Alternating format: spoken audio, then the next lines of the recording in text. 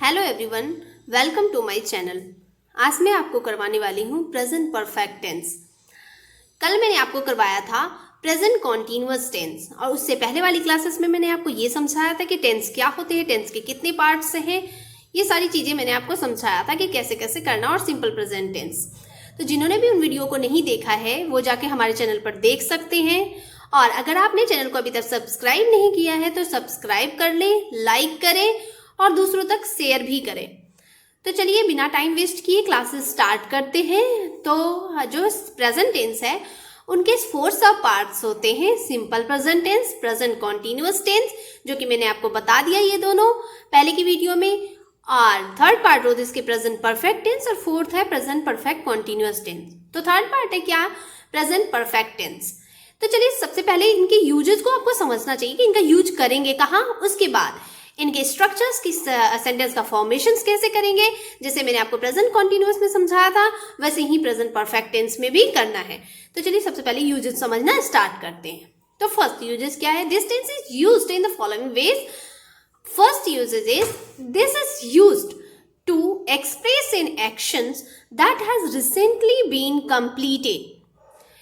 ये एक ऐसे एक्शंस को एक्सप्रेस करने के लिए यूज किया जाता है जो कि अभी अभी जस्ट कंप्लीट हुआ है। जैसे फॉर एग्जाम्पल के थ्रू समझने की कोशिश करते हैं। से मैं बोलूंगी I have just taken T, मैंने अभी जस्ट तुरंत ही क्या किया है, टी लिया है और अभी खत्म हो चुके हैं वो टी मैंने ले लिया है। नेक्स्ट एग्जाम्पल, एक और एग्जाम्पल दे देती हूँ। ही हैज कम नाउ, वो आ चुका है, बस अभी जस्ट आया ही है।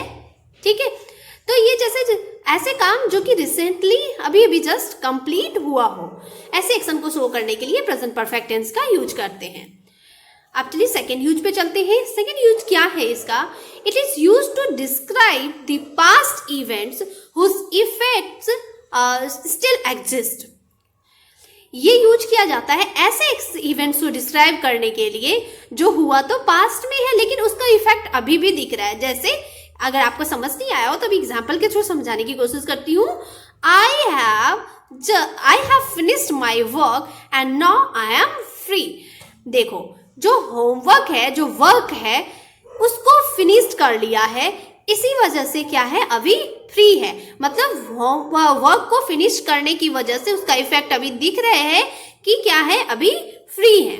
चलिए इसके थर्ड यूज पे चलते हैं। आई होप कि आपको फर्स्ट एंड सेकंड यूज समझ में आ गया हो। चलिए थर्ड यूज पे चलते हैं। क्या है? To show how a past situations relates to the present. Past situation जो है, अभी का जो प्रेजेंट कंडीशन है वो पास्ट सिचुएशन से कैसे रिलेटेड है। तो चलिए एक एग्जाम्पल के थ्रू समझने की कोशिश करते हैं। I have done my homework so I can help you with yours now. मैंने अपना वर्क कंप्लीट कर लिया है, इसलिए अब मैं क्या कर सकता हूँ, अब तुम्हारे होमवर्क को करने में हेल्प कर सकता हूँ।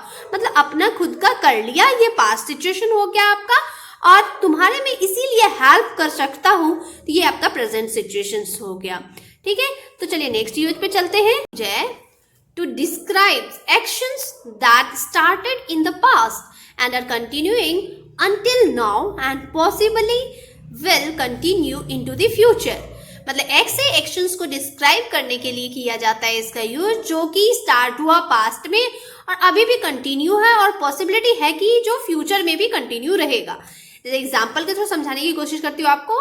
I have already use this brand of shop. देखो, पहले स्टार्ट किया इस ब्रांड का, कोई ब्रांड का शॉप है, जैसे पहले ही यूज करना स्टार्ट किया और अभी प्रेजेंट में भी यूज कर रहे हैं, वो किसी को बता रहे हैं। और हो सकता है कि अभी यूज कर रहे हैं, उनको अच्छा लग रहा है तो वो बाद में भी यूज करते रहेंगे।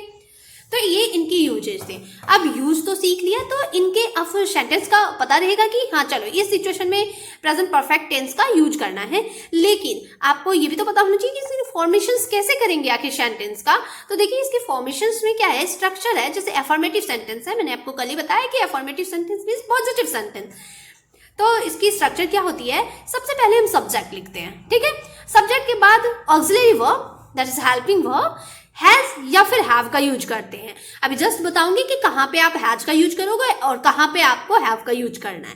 फिर वर्ब का थर्ड फॉर्म। अब इसमें वर्ब का कौन सा फॉर्म का यूज करना है? थर्ड फॉर्म का यूज करना है, पास्ट पार्टिसिपल्स का यूज करना है और प्लस ऑब्जेक्ट अदर वर्ब। क्या है सब्जेक्ट। अब देखिए कहाँ पे आपको हैज का यूज करना है, कहाँ हैव का। तो मैंने आपको कल ही बताया था सिंगुलर सब्जेक्ट कौन कौन से है। सिंगुलर सब्जेक्ट के साथ सिंगुलर वर्ब का यूज करेंगे। तो हैज क्या है आपका सिंगुलर वर्ब है, और हैव जो है वो प्लूरल वर्ब है। लेकिन एक एक्सेप्शन भी है, जैसे आई का केस आता है तो आई है सिंगुलर लेकिन उसके साथ हैव का यूज होता है। तो सिंगुलर सब्जेक्ट जैसे कि आपको मैंने कल ही बताया था कि ही सी इट और कोई सिंगल नेम हो, मतलब सब्जेक्ट कौन होते हैं, नाउन या प्रोनाउन। प्रोनाउन जैसे ही सी इट हो गए, और सिंगल नेम जैसे नाउन कोई भी चीज का सिंगल एक नाम हो तो एक नाम के साथ आपका क्या यूज करना है, हैज का यूज करना है। ठीक है। अब प्लूरल सब्जेक्ट जैसे यू हो गया, वी हो गया, दे हो गया, मोर देन वन नेम हो, तो इनके साथ किसका यूज करना है, आपको हैव का यूज करना है। आई का केसेस बताई दिया मैंने कि ये एक्सेप्शन केस है कि आई के साथ आप हैव का यूज करोगे। अब चलिए एग्जांपल के थ्रू समझते हैं। एग्जांपल देखिए, मैंने बोला she has gone to the market. अब सी, यहाँ जो आप सी देख रहे हो, सी ये आपका क्या है, ये आपका सब्जेक्ट हो जाता है। ये क्या हो जाता है आपका सब्जेक्ट, ये हो जाएगा आपका सब्जेक्ट। ठीक है, सब्जेक्ट है। और सी के साथ मैंने अभी जस्ट बताया आपको कि सिंगुलर सब्जेक्ट के साथ आप सिंगुलर वर्ब का यूज करोगे, और सी क्या है आपका सिंगुलर सब्जेक्ट है। तो सी के साथ आपने किसका यूज किया, हैज का यूज किया। उसके बाद वर्ब का ये कौन सा फॉर्म है, ये थर्ड फॉर्म है। वर्ब का कौन सा फॉर्म है, ये वर्ब का थर्ड फॉर्म है। मीन्स कि पास्ट पार्टिसिपल फॉर्म है। जैसे गो, वेंट, गोन। गो जो है वो बेस फॉर्म है, और पास्ट सिंपल हो गया आपका वेंट, और पास्ट पार्टिसिपल मतलब वर्ब का थर्ड फॉर्म हो गया गोन। ठीक है, to the market. Then other verb, I have met her. I is subject, have is auxiliary verb, then verb का थर्ड फॉर्म। ठीक है, वर्ब का थर्ड फॉर्म मेट, मीट का फॉर्म है ये third form her. Other word, अब देखिए जैसे आपने अफर्मेटिव सेंटेंस मतलब पॉजिटिव सेंटेंस का समझ लिया स्ट्रक्चर को, तो नेगेटिव सेंटेंस में कोई भी प्रॉब्लम नहीं होगा। मैंने कल ही बताया था आपको, ऑक्सिलरी वर्ब के बाद जस्ट नॉट का आपको यूज कर देना है। Negative means not, NOT, not. ठीक है, I have not called him. I subject, have आपका क्या हो गया ऑक्सिलरी वर्ब, फिर उसके बाद आपको नॉट का यूज करना है। The train has not gone. तो द ट्रेन जो हो गया आपका सब्जेक्ट हो गया, हैज हो गया आपका ऑक्सिलरी वर्ब, और नॉट हो गया आपका नेगेटिव चीज। तो the train has not gone. अब है रूल्स फॉर इंट्रोगेटिव सेंटेंस। मैंने कल भी आपको बताया था, कल के वीडियो में भी आपको बताया कि जो इंट्रोगेटिव सेंटेंस है वो इंट्रोगेटिव सेंटेंस 2 टाइप्स के होते हैं, यस नो इंट्रोगेटिव और WH इंट्रोगेटिव। आपको मैंने बताया था कि जो यस नो इंट्रोगेटिव है उसका आंसर आप जब क्वेश्चन आपको पूछा जाता है तो उसका आंसर यस या फिर नो में देते हो, और WH इंट्रोगेटिव में क्या होता है, जब आपको क्वेश्चन पूछा जाता है तो आपका आंसर किस में होता है, कुछ वर्ड्स में होते हैं। तो ये यस नो इंट्रोगेटिव में क्या करेंगे, जो आपका ऑक्सिलरी वर्ब है ना उसको सिंपली आप क्या करो, ऑक्सिलरी वर्ब से स्टार्ट करो। ठीक है, जैसे हैज और या लिखोगे या फिर हैव लिखोगे, फिर सब्जेक्ट, फिर वर्ब का थर्ड फॉर्म, फिर ऑब्जेक्ट। तो has she gone to Delhi. Has she, has आपने क्या किया, सी के साथ आपका क्या कौन सा वर्ब यूज होगा, सिंगुलर वर्ब यूज होगा, क्योंकि सी जो है वो सिंगुलर है। तो सी के साथ हैज यूज करो, तो हैज को बस आप आगे कर दो, बाकी पूरा सेंटेंस। जैसे आप लिखते जो अफर्मेटिव सेंटेंस होता आपको, तो आप लिखते क्या, सी हैज गॉन टू दिल्ली।